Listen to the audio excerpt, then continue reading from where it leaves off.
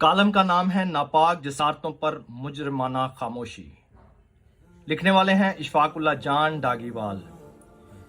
یہ کالم 9 مئی 2024 کو روزنامہ ایکسپریس میں شائع ہوا۔ کالم نگار لکھتے ہیں، ایک بار پھر سویڈن میں قرآن پاک کی بے حرمتی کا دلخراش واقعہ پیش آیا ہے۔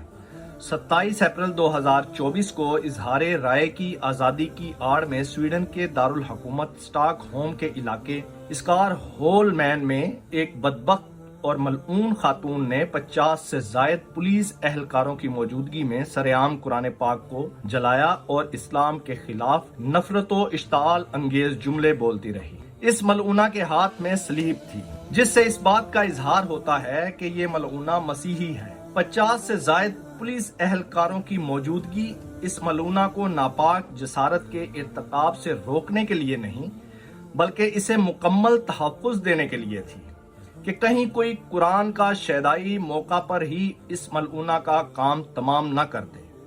اس ناپاک جسارت نے پوری دنیا کے مسلمانوں کے جذبات کو زخمی کیا، ان کے دلوں کو صدمہ پہنچایا، مگر پوری دنیا کے مسلمان حکمرانوں نے روایتی بے حسی اور بے غیرتی کا مظاہرہ کیا۔ ابھی تک کسی ملک نے ان کے سفیر کو ملک سے نہیں نکالا، حالانکہ سویڈن میں ناپاک جسارتوں کا یہ سلسلہ باقاعدہ سویڈن حکومت کی سرپرستی میں ہو رہا ہے۔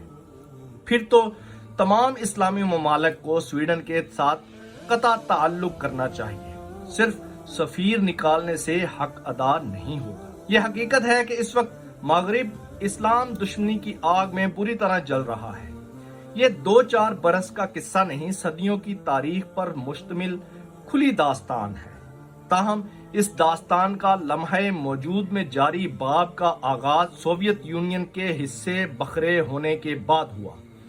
جب سوویت یونین ٹوٹا تو مغرب کے ایک نام نہاد دانشور سیموئیل ہنٹنگٹن نے اپنی کتاب کلیش آف سیولائزیشن میں اسلام کو مغرب کے لیے سب سے بڑا خطرہ بنا کر پیش کیا۔ اسی کی لگائی ہوئی یہ آگ 9/11 کے بعد شدت پکڑ گئی۔ اسلام کے خوف میں مبتلا مغرب نے دنیا کے سب سے پرامن مذہب کو دہشت گردی کا لبادہ اڑانے کے لیے پورا زور لگایا۔ داڑھی، پگڑی اور سکارف کے خلاف نفرت آمیز رویوں سے شروع ہونے والی یہ تحریک رفتہ رفتہ توہین قرآن کی ناپاک جسارتوں تک پہنچ گئی، اور یوں پورے یورپ میں اسلاموفوبیا کی ایک لہر نے جنم لیا، جس کے اثرات یورپ تک محدود نہیں رہے بلکہ پوری دنیا میں پھیل گئے۔ تاہم ناپاک جسارتوں کے اس لامتناہی سلسلے کا مرکز سویڈن بن چکا ہے، جہاں ایک تسلسل کے ساتھ اس طرح کی اشتعال انگیز ناپاک جسارتیں ریاست کی سرپرستی میں ہو رہی ہیں۔ سویڈن میں قرآن پاک جلانے کے کئی واقعات رونما ہو چکے ہیں۔ عقل و دانش سے آری سویڈن کی حکومت نے بجائے اس سلسلے کو روکنے کے گزشتہ سال جولائی میں رد عمل کے طور پر سویڈن میں تورات اور انجیل جلانے کا اجازت نامہ بھی جاری کر دیا تھا، جس کی پاکستان کے دفتر خارجہ نے بھی پرزور مذمت کی۔ اس وقت سویڈن پولیس نے بتایا تھا کہ انہوں نے ایک احتجاج کے لیے اجازت نامہ دیا، جس میں سویڈن کے دارالحکومت اسٹاک ہوم میں اسرائیلی سفارت خانے کے باہر مقدس کتابوں کو نظر آتش کیا جائے گا۔ یہ اجازت اسلاموفوبیا کا شکار مغرب کے انتہا پسندوں کی اسلام اور مسلمانوں کے خلاف ایک گھناؤنی سازش معلوم ہوتی تھی، کیونکہ قرآن پاک کی بے حرمتی کی آڑ میں احتجاجاً تورات اور انجیل جلانے کا کوئی مسلمان کیسے سوچ سکتا ہے؟ کیونکہ ہر مسلمان پر اللہ تعالیٰ کے تمام رسولوں اور اللہ تعالیٰ کی نازل کردہ تمام کتابوں پر ایمان لانا لازم ہے۔ ان پر ایمان لائے بغیر کوئی بندہ مسلمان ہو ہی نہیں سکتا۔ سورہ بقرہ کی آیت نمبر 285 میں فرمانے باری تعالیٰ ہے، رسول اس پر ایمان لایا جو اس پر اس کے رب کی جانب سے نازل کیا گیا، اور تمام مومن بھی ایمان لائے، سب کے سب اللہ تعالیٰ پر اور اللہ کے فرشتوں، اس کی کتابوں اور اس کے رسولوں پر ایمان لائے۔ ہم اللہ تعالیٰ کے کسی بھی رسول کے درمیان تفریق نہیں کرتے۔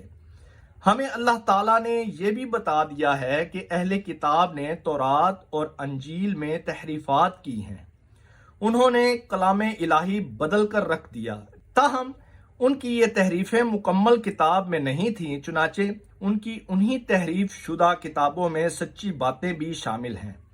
اس لیے ان تحریف شدہ کتابوں کی بے ادبی جائز نہیں، کیونکہ ان میں کچھ نہ کچھ کلام الہی اپنی اصل حالت میں موجود ہے۔ اسی طرح ان کتابوں میں اللہ تعالیٰ کے اسماء و صفات کا بھی ذکر ہے، اس لیے کوئی مسلمان کسی آسمانی کتاب کی بے حرمتی کا تصور بھی نہیں کر سکتا۔ یہ اہل مغرب کی اسلام اور مسلمانوں کے خلاف کھلی سازش معلوم ہوتی ہے، تاہم ایسا کچھ نہیں ہوا۔ احتجاج اور تورات و انجیل جلانے کی اجازت لینے والے احمد نامی شخص نے بعد ازاں بتایا کہ اس کا ہرگز مقصد تورات اور انجیل جلانے کا نہیں تھا، یہ صرف اسلام و فوبیا کا شکار ان لوگوں کو جھنجھوڑنے کے لیے محض ایک دھمکی تھی جو قرآن پاک جلا کر اربوں مسلمانوں کی دل آزاری کرتے ہیں۔ قرآن پاک نذر آتش کرنے کی ناپاک جسارت کے رد عمل میں تورات اور انجیل جلانے کی دھمکی سے اہل مغرب اپنی ناپاک جسارتوں سے باز نہیں آئے۔ اہل مغرب کی جانب سے اسلام کے مقدسات کی بار بار توہین اظہار رائے کی آزادی نہیں، صرف اور صرف اسلام دشمنی ہے۔ بدقسمتی سے اس وقت 2.25 ارب مسلمان لاوارث ہیں، ان پر مسلط مغرب پرست حکمرانوں کے گلوں میں پڑے غلامی کے طوق انہیں سر اٹھانے نہیں دے رہے، اسی لیے اہل مغرب اور وہاں کی حکومتیں دیدہ و دلیری کے ساتھ اسلام اور مسلمان دشمنی پر اتر آئے ہیں۔ ناپاک جسارتوں کا یہ سلسلہ ہمارے رہنماؤں کے منافقانہ اور بزدلانہ رویوں کی وجہ سے پھیلتا چلا جا رہا ہے۔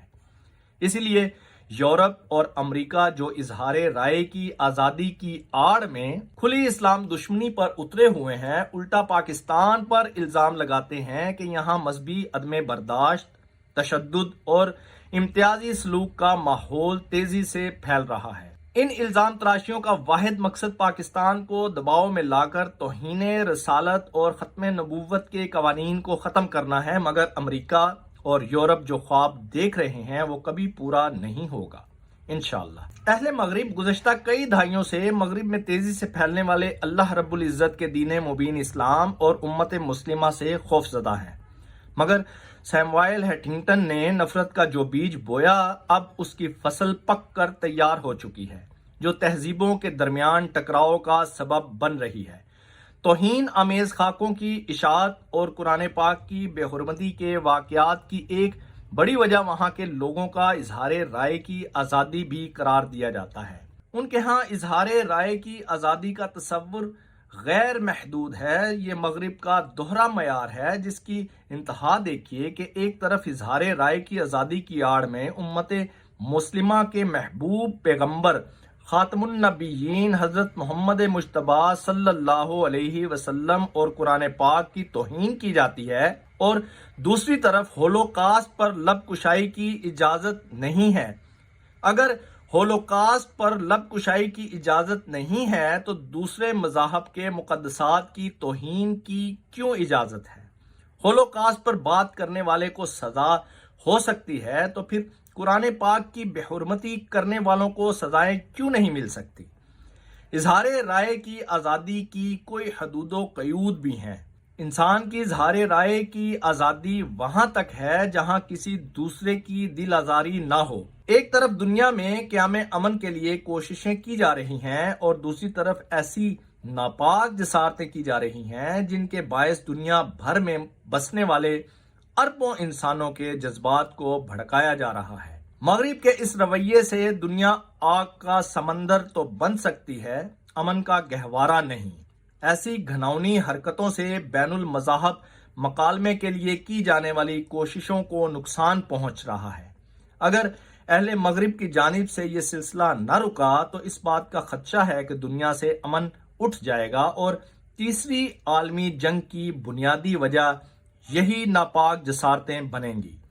مسلمان حکمران بھی ہوش کے ناخن لیں اور اپنی مجرمانہ خاموشی پر اللہ رب العزت سے معافی مانگنے کے ساتھ ساتھ اپنا حق ادا کریں، ورنہ امت ان سے مایوس ہو چکی ہے، کیونکہ یہ اسرائیلی درندوں کی بربریت پر آواز اٹھانے کی جرت کر سکے اور نہ ہی قرآن پاک اور رسول مقبول کی توہین پر ان کی ایمانی غیرت جاگتی ہے۔